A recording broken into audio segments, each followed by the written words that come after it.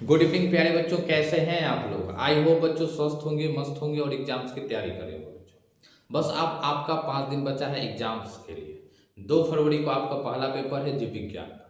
ठीक है, अगर आप भी एग्जाम देने जा रहे हैं तो आज का क्लास आपके लिए है बच्चों। ठीक है, क्योंकि आज हम लोग क्या करने वाले हैं, चैप्टर 6 के जो है ना टॉप 5 ऐसे सब्जेक्टिव क्वेश्चन लेकर आ रहे हैं आपके सामने विद आंसर के साथ बच्चों, जो आप इसे देख लें, आपके एग्जाम्स में आने के चांसेस 110% है। ठीक है, इससे पहले हमने क्या किया था, चैप्टर 5 के टॉप 5 सब्जेक्टिव क्वेश्चन बनाया था, उसको भी आप लोग जाके इस चैनल पे देख लेंगे बच्चों, और वहां से उस सारे 5 सब्जेक्टिव क्वेश्चन को भी आप याद कर लेंगे। ठीक है, जैसे हमारा चैप्टर 6 का पहला सब्जेक्टिव क्वेश्चन है सेंट्रल डोग्मा क्या है। ठीक है, सेंट्रल डोग्मा के बारे में जानेंगे हम लोग। डीएनए और आरएनए में अंतर स्पष्ट करें, इसके बारे में जानेंगे। ठीक है, 4 ग्राफ का नियम देखेंगे, 4 ग्राफ का नियम क्या होता है, डीएनए फिंगरप्रिंट का उपयोग क्या होता है, और न्यूक्लियोसाइड एंड न्यूक्लियोटाइड के बारे में हम लोग इसके अंतर देखेंगे। ठीक है, और ये क्लास हम आपको बता रहे हैं बच्चों, जो लोग चैनल पे नए आए हैं तो चैनल को सबसे पहले लाइक करो। ठीक है, उसके बाद चैनल को सब्सक्राइब करो और एक बेल आइकन जैसा बटन होगा आप उसको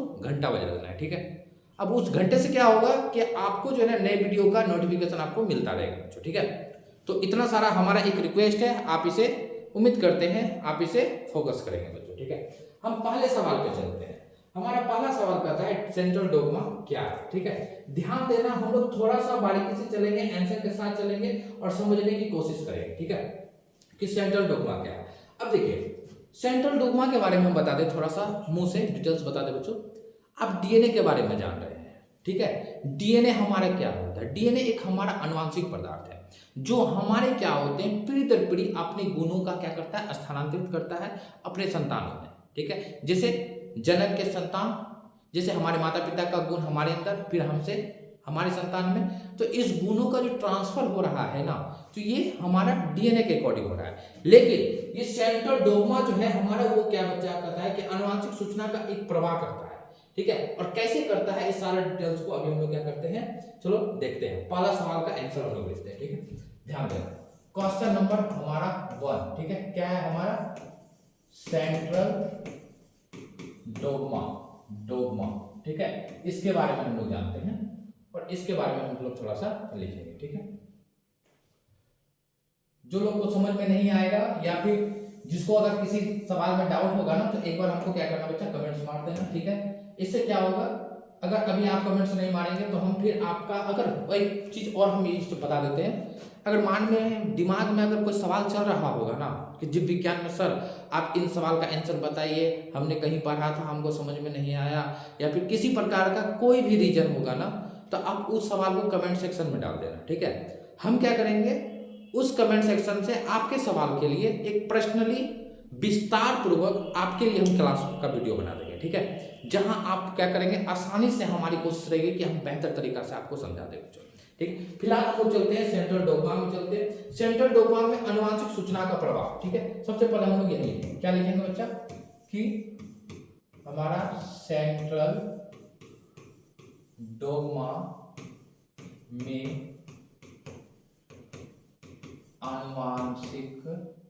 अनुवांशिक सूचनाओं का प्रभाव कहां से होता है, तुमको पता है, हम ब्रैकेट में क्या करते हैं, डीएनए मान देते हैं। ठीक है, क्योंकि अनुवांशिक सूचना का प्रभाव हमारा केवल डीएनए ही कर सकता है। ठीक है, डीएनए से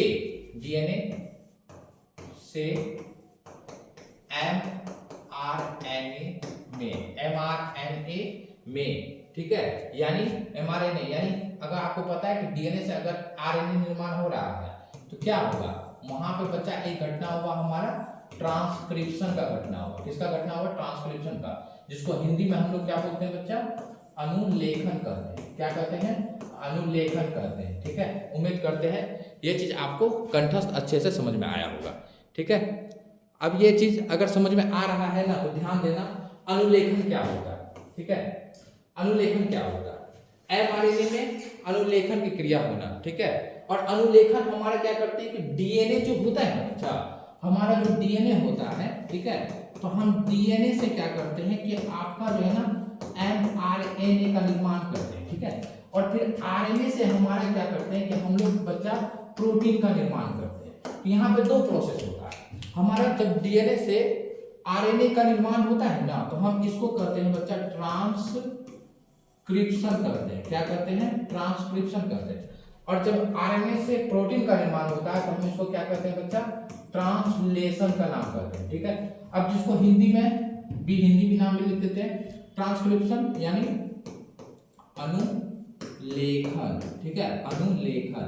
और हम ट्रांसलेशन का बात करें तो इसका हिंदी हो जाता है बच्चा हमारा अनुवादन हो जाता है। अनुवादन हो जाता है। क्लियर है? बात समझ में आ रहा है?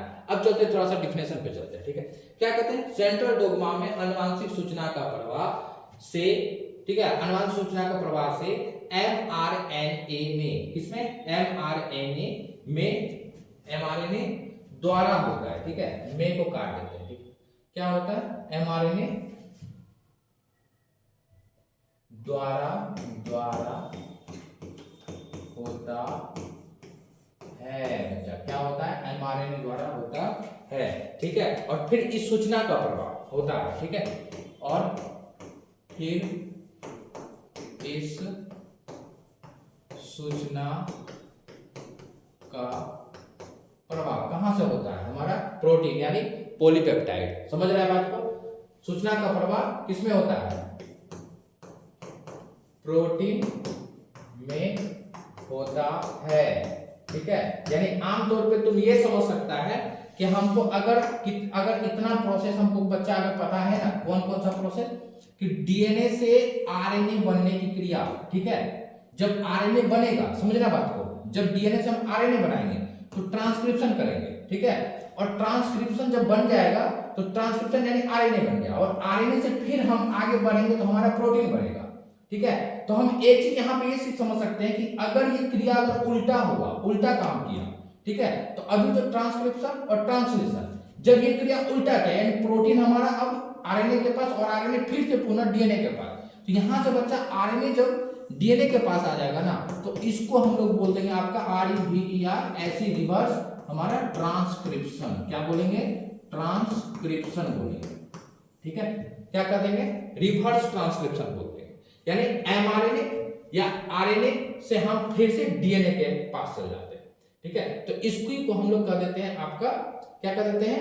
रिवर्स ट्रांसक्रिप्शन कर देते हैं। अगर ये चीज समझ में नहीं आया तो एक लाइन हम आपके लिए एक और चीज लिखते हैं जहां से आपका डाउट क्लियर हो सकता है। ठीक है, क्या लिख सकते हैं कि हम कह सकते हैं आपके दूसरे शब्दों में। ठीक है, दूसरे शब्दों में यह कह सकते हैं कि, यानी दूसरे शब्दों में बच्चों हम यह कह सकते हैं, ठीक है, कि 4 अक्षर, ठीक है, 4 अक्षर डीएनए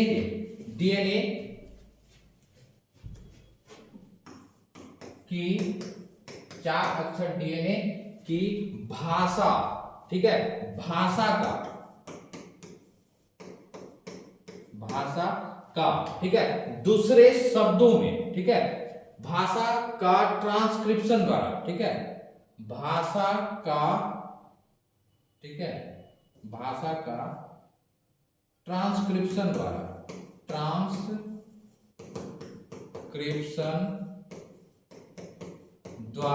ठीक है, भाषा का क्या कर सकते हैं बच्चा? ट्रांसक्रिप्शन द्वारा 4 अक्षर एमआरएनए,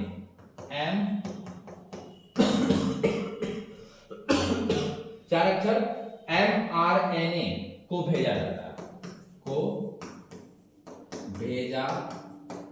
जाता है। ठीक है, क्या कर सकते हैं बच्चा कि हमारा जब हम ट्रांसक्रिप्शन करते हैं ना, तो डीएनए का जो है केवल हम ये कुछ ऐसे अंग होते हैं जिन्हें हम क्या करते हैं आपके आरएनए के पास हम क्या कर देते हैं? भेज देते हैं। यानी आमतौर पे हम ये समझ सकते हैं कि हम 4 अक्षर अगर डीएनए की भाषा को अगर ट्रांसक्रिप्शन कराते हैं तो हम 4 अक्षर हम क्या करते हैं? सेम हम एमआरएनए के पास भेज देते हैं। किसके पास भेज देते हैं? आरएनए के पास भेज देते हैं। और फिर, ठीक है, फिर जब हमारा रिवर्स काम होता है, ठीक है, तो फिर इसे, ठीक है, फिर इसे 20 बार, कितना बार, अब 4 था, अब यहाँ पर क्या हो गया 20 हो गया, ठीक है। तो 20 बार या 20 अक्षर भी लिख सकता है तू, ठीक है, 20 अक्षर, ठीक है, क्या लिख सकता है, 20 अक्षर वाले, 20 अक्षर वाले भाषा में ट्रांसलेशन, ठीक है, क्या कर सकते हैं बच्चा, ट्रांसलेशन कर प्रोटीन संश्लेषण कराया जाता है, ट्रांसलेशन कर, ठीक है, प्रोटीन PROTEIN प्रोटीन कराया जाता है, ठीक है बच्चा। अगर तुम, हम बताते हैं इतना चीज अगर तुम लिख दोगे, सेंट्रल डोगमा के बारे में अगर इतना चीज लिख रहे हो ना, तो हम बताते हैं ये सवाल कई बार आपका बिहार बोर्ड पूछ चुका है। इतना चीज अगर आप कर कर आ रहे हैं, transcription, translation, mRNA, DNA, protein, ये सारा क्रिया कैसे होता है, तो हम बताते हैं इतना अगर नंबर करें तो आपके 3 मार्क्स बच्चा आपके मुट्ठी में होंगे, ठीक है, कितने होंगे, 3 मार्क्स मुट्ठी में होंगे, ठीक है। समझ में आया पहला सवाल। दूसरा सवाल पे चलेंगे, ठीक है।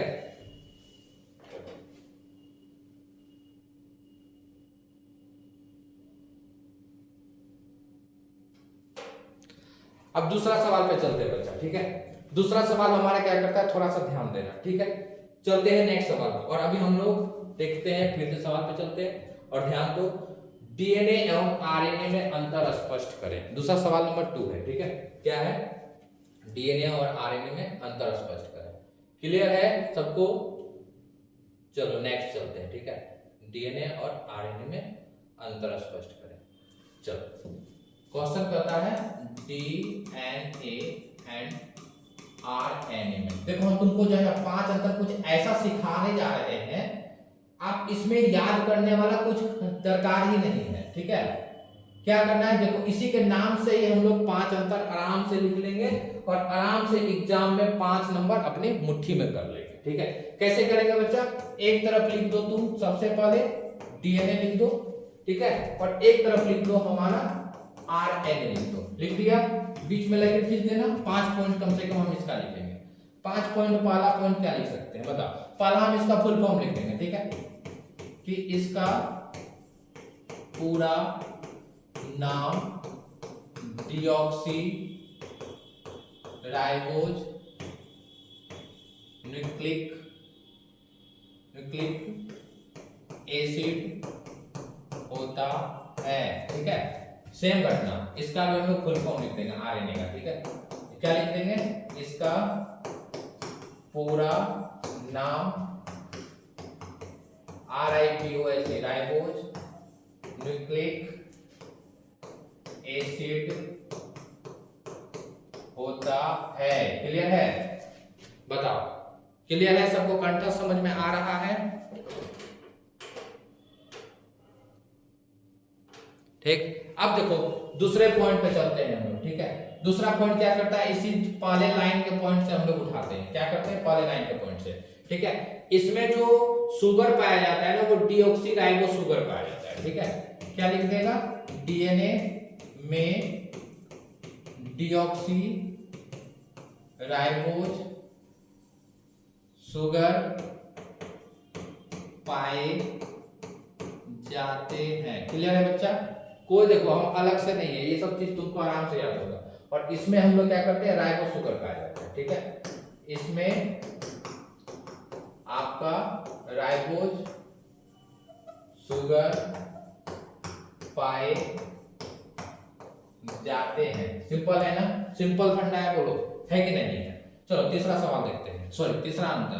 तीसरा अंतर में क्या कर सकते हैं, जो डीएनए होता है ना, ठीक है, ये डीएनए का आकार क्या होता है, डबल हेलिक्स होता है, ठीक है। और आरएनए का आकार होता है वो सिंगल हेलिक्स होता है। तो यहाँ पे हम लिख सकते हैं, ठीक है, कि डीएनए डबल स्टैंडर्ड होते हैं, ठीक है, होते हैं, ठीक है। और यहाँ पे भी लिख सकते हैं बच्चा, ठीक है, कि यह क्या होते हैं, सिंगल, है ना, स्टैंडर्ड होता है। सिंपल है बच्चा, 30 अंतर लिख लिए, 3 अंतर लिख लिए आराम से। 2 नंबर 3 नंबर के सवाल में पूछेगा ना, आराम से इतना लिख लेंगे, हमारा 3 अंतर आराम से हमारा क्या हो सकता है, बोलो नंबर दे देगा। चलो अब चौथा अंतर देखो, चौथा अंतर क्या देखो, ठीक है। अभी हम कुछ ने अलग एक्स्ट्रा गए हैं, कुछ अलग नहीं गए, ठीक है। इसमें, ठीक है, इसमें क्या होता है बच्चा, एडेनिन, ग्वानिन, साइटोसिन, ठीक है, और थाइमिन क्षार पाए, ठीक है, यानी बेस पाए जाते हैं, ठीक है। जबकि हमारा आरएनए क्या होता है बच्चा, इसके पास थाइमिन नहीं, थाइमिन के स्थान पे क्या होता है हमारा, यूरोसिल आ जाता है, ठीक है। तो हम यहाँ क्या कर सकते हैं कि नहीं आ पाएंगे अभी, ठीक है, क्या कर सकते हैं बच्चा, ठीक है, कि इसमें एडेनिन, ग्वानिन, साइटोसिन और यूरोसिल पाए जाते हैं। क्लियर है। चौथा अंतर देखो, पांचवा अंतर सिंपल तरीका से सिखा रहे हैं तुम लोगों को, ठीक है। उम्मीद करते हैं सारा टॉपिक तुम्हारे मन का क्लियर होगा बच्चा, ठीक है। पांचवा अंतर देखो, हमारा पांचवा अंतर है, ठीक है। अब देखो पांचवा अंतर में क्या कर सकता है, ठीक है, लिख सकता है कि यह एक अनुवांशिक पदार्थ है, ठीक है, अनुवांशिक पदार्थ है। लिख पाएगा क्या, अनुवांशिक पदार्थ है, क्या बताओ, ये भी है हमारा सेम चीज है, ठीक है। यही ना लिख सकता है, यह भी एक क्या है, अनुवांशिक, अनुवांशिक, ठीक है, पदार्थ है। क्लियर है। देखो छठा अंतर आराम से सिंपल तरीका से पढ़ रहे हैं हम लोग, पढ़ रहे हैं, ठीक है। छठा अंतर देखो आराम से हम लोग लिख रहे हैं, ठीक है। क्या लिख सकते हैं इसके स्थान पे, ये कि यह, ठीक है, या फिर इसके एक ही प्रकार होते हैं, एक ही प्रकार होते हैं, है ना, डीएनए का। और इसका क्या होता है, 3 प्रकार होते हैं ना, इसके 3 प्रकार होते हैं। क्या होते हैं, 3 प्रकार होते हैं। और 3 प्रकार अगर जानता है, तुम लोग जानता है कौन कौन होता है, एक होता है एमआरएनए होता है, मैसेंजर आरएनए जिसको बोलते हैं, ठीक है। एक होता है टीआरएनए, ट्रांसफर आरएनए, और एक होता है हमारा आरआरएनए होता है। क्लियर है। तो बच्चा देखो ये करीबन है बहुत सारा, तो यानी 6 अंतर लिख दिए हम लोग, ठीक है। और ये सिंपल तरीका से, ये सवाल नंबर हमारा क्या था, सवाल नंबर क्वेश्चन नंबर बच्चा ये हमारा 2 था, ठीक है, जो आसानी से एमआरएनए, ठीक है। अब देखो नेक्स्ट अंतर और मिलेगा, ठीक है। फिलहाल तो हमारा ये दोनों आनुवंशिक पदार्थ डीएनए और आरएनए के अंदर थे। क्या इस सवाल में भी कोई दिक्कत है, अगर दिक्कत है तो कमेंट्स करना बच्चा, ठीक है। चलते हैं हम लोग तीसरे नंबर सवाल पे।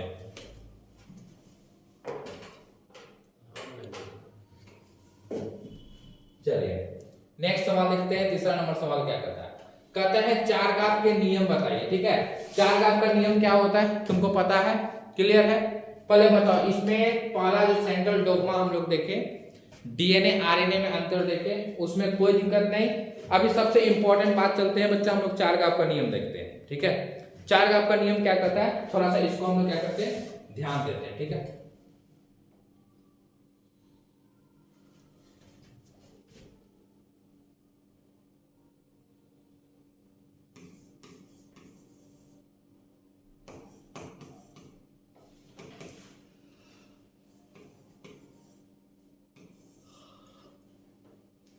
ठीक है, चारघात,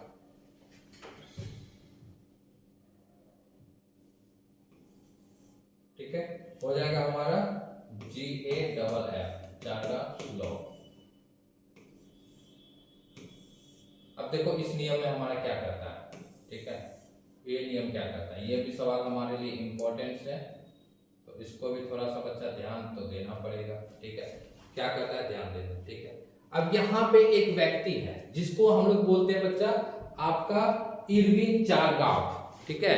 इरविन चारगाफ क्या होता है, जो हमारा 1950 में क्या किया था, आपके इस नियम का प्रतिपादित किया था, ठीक है। किस नियम का, आपका चारगाफ का नियम का। अब इसमें क्या करता है, जो हमारा डीएनए का जो प्यूरिन वाला और पिरिमिडिन वाला बेस होता है ना, वो कहता है इसमें क्या कि वो दोनों बराबर होते हैं। हमको ये चीज पता है कि 4 बेस पाए जाते हैं, ठीक है। कितने बेस पाए जाते हैं? 4 बेस पाए जाते हैं, ठीक है। और ये जो 4 बेस होता है ना, एक होता है बच्चा हमारा क्या होता है, आपका एडेनिन होता है, ठीक है। और एक होता है हमारा ग्वानिन होते हैं, एक होता है हमारा साइटोसिन होते हैं, ठीक है। और एक होता है हमारा बच्चा होता है थायमिन होते हैं, ठीक है।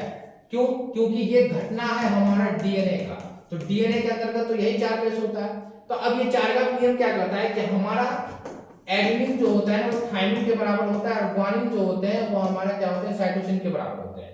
और यही बात जो बताया इस नियम के अकॉर्डिंग, तो बच्चा हम इसी को एक नियम के अनुसार रख दिए, और इसी नियम को हम लोग कर दिए आपका चार्गाफ का नियम कर दिया, ठीक है। अब इसी नियम को हमें क्या करना है, डिफिनेशन के साथ थोड़ा सा पढ़ना है, समझना है, और प्रत्येक पॉइंट्स को थोड़ा सा देख लेते हैं, ठीक है। फिलहाल तो इसको अभी मिटा देते हैं, बाकी अभी हम लोग डिस्कस करेंगे, ठीक है। चलो लिखते हैं थोड़ा सा डिफिनेशन का, चार्गाफ क्या कहता है।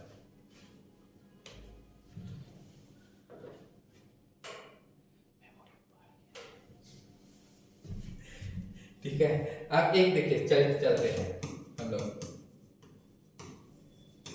आपका एक एयरविन 4 गांव, ठीक है, जो 1950 में, ठीक है, क्या किया था बच्चा, 1950 में जो है ना हमारा डीएनए का, ठीक है, डीएनए के क्षार, प्यूरिन एवं पिरिमिडिन, ठीक है, प्यूरिन एवं पिरिमिडिन के बारे में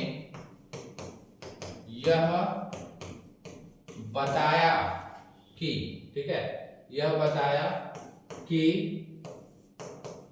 इसके बेस आपस में बराबर होते हैं। आपस में क्या होते हैं, बराबर होते हैं, ठीक है। क्या होते हैं बच्चा, आपस में बेस, ये जो है ना आपस में बेस बराबर होते हैं, ठीक है। इसी को चार्गाफ के नियम के अनुसार रखा गया, ठीक है। जैसे पहला नियम इसने क्या कहा, ठीक है, पहला नियम इसने जो बताया हमारा, ठीक है, क्या बताया कि हमारा जो प्यूरिन होते हैं ना, ठीक है, प्यूरिन एवं पिरिमिडिन, ठीक है, क्षारों, ठीक है, के जोड़ों की मात्रा बराबर होती है, ठीक है। जैसे एग्जांपल्स में आप लिख सकते हैं, ठीक है, क्या लिख सकते हैं, एडेनिन थायमिन के बराबर और ग्वानिन साइटोसिन के बराबर।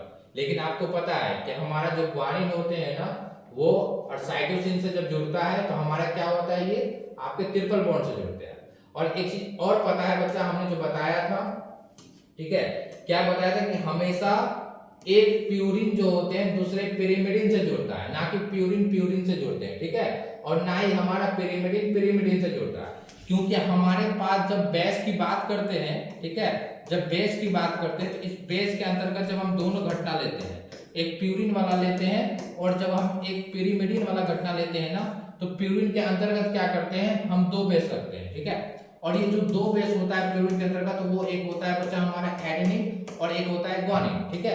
और पिरिमिडिन के अंतर्गत रखते हैं तो एक साइटोसिन और एक हमारा थायमिन, ठीक। और जब ये बेस आपस में जुड़ते हैं ना, तो हमको पता है कि एडेनिन जो है हमारा थायमिन से जुड़ता है। अब ये थायमिन जो है हमारा पिरिमिडिन का कहानी है, और ए जो है हमारा वो प्यूरिन का कहानी है, ठीक है। सेम ग्वानिन हमारा साइटोसिन से जुड़ता है, ठीक है, क्या करता है, ग्वानिन साइटोसिन से जुड़ता है, जबकि ग्वानिन हमारा प्यूरिन बेस है और पिरिमिडिन हमारा साइटोसिन है। तो यही बेस आपस में एक दूसरे के क्या होता है बच्चा, हमारा बराबर होता है। ठीक है, समझ में आ रहा है बात को। नेक्स्ट दूसरा पॉइंट चलते हैं। दूसरा पॉइंट में क्या करता है कि एडेनिन का जो मोलर अमाउंट होता है ना, ठीक है, दूसरा नंबर में, ठीक है, क्या लिख सकते हैं कि एडेनिन का मोलर, ठीक है, एडेनिन का मोलर अमाउंट हमेशा थायमिन, हमेशा, ठीक है, थायमिन, ठीक है, थायमिन के मोलर अमाउंट के बराबर होता है। थायमिन के मोलर अमाउंट के बराबर होता है। क्या होता है बच्चा? थायमिन के मोलर अमाउंट के बराबर होता है। ठीक है, जहां पे हम इसके एग्जांपल्स को कुछ इस प्रकार से लिख सकते हैं। ठीक है, क्या लिख सकते हैं कि हम लोग एडेनिन, ठीक है, प्लस ग्वानिन, ठीक है, एडेनिन प्लस ग्वानिन बराबर, ठीक है, थायमिन प्लस हमारा एक बच गया साइटोसिन।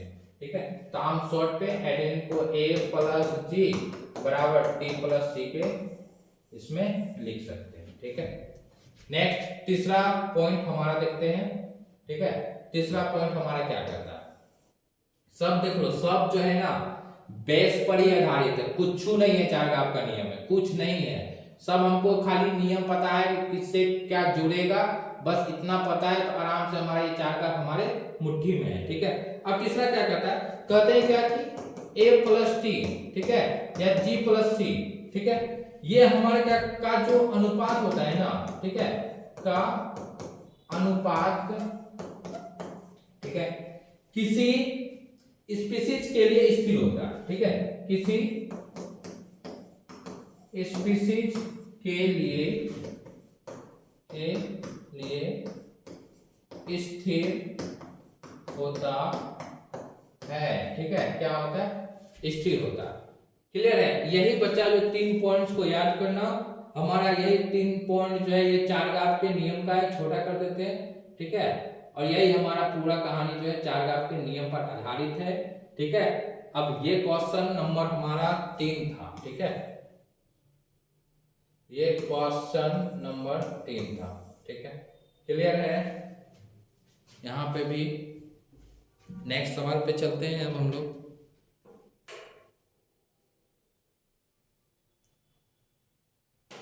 चलो नेक्स्ट सवाल पे देखते हैं। ठीक है, नेक्स्ट सवाल हमारा क्या कहता है, ध्यान देना। कहते हैं DNA फिंगरप्रिंट का उपयोग को लिखें।